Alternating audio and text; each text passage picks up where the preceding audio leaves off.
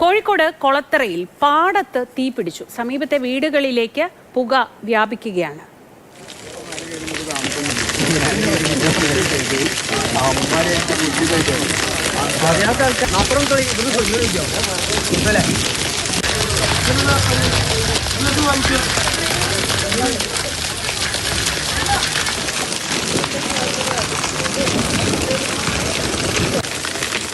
മുഹമ്മദ് ഷഹീദ് വിവരങ്ങളുമായി. ഷഹീദ്, നല്ല ചൂടുള്ള സമയമാണ്. ഒരു ചെറിയ തീപ്പൊരി പോലും വലിയ രീതിയിലുള്ള തീപിടുത്തമായി മാറിയേക്കാം. ഇതെങ്ങനെയാണ് തീ ഉണ്ടായത്? ഈ തൊട്ടടുത്ത് വീടുകളൊക്കെ ഉണ്ടോ?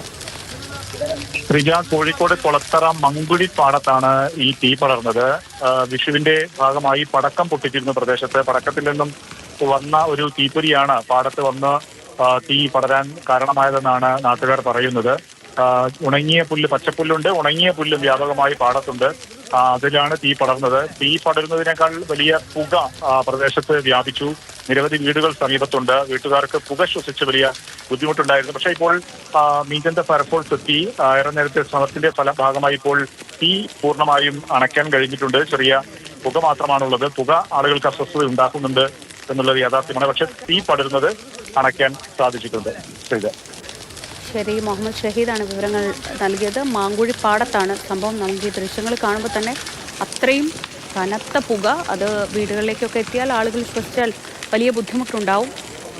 പക്ഷേ ഇപ്പോൾ എന്തായാലും നിയന്ത്രണ വിധേയമാണ് തീ.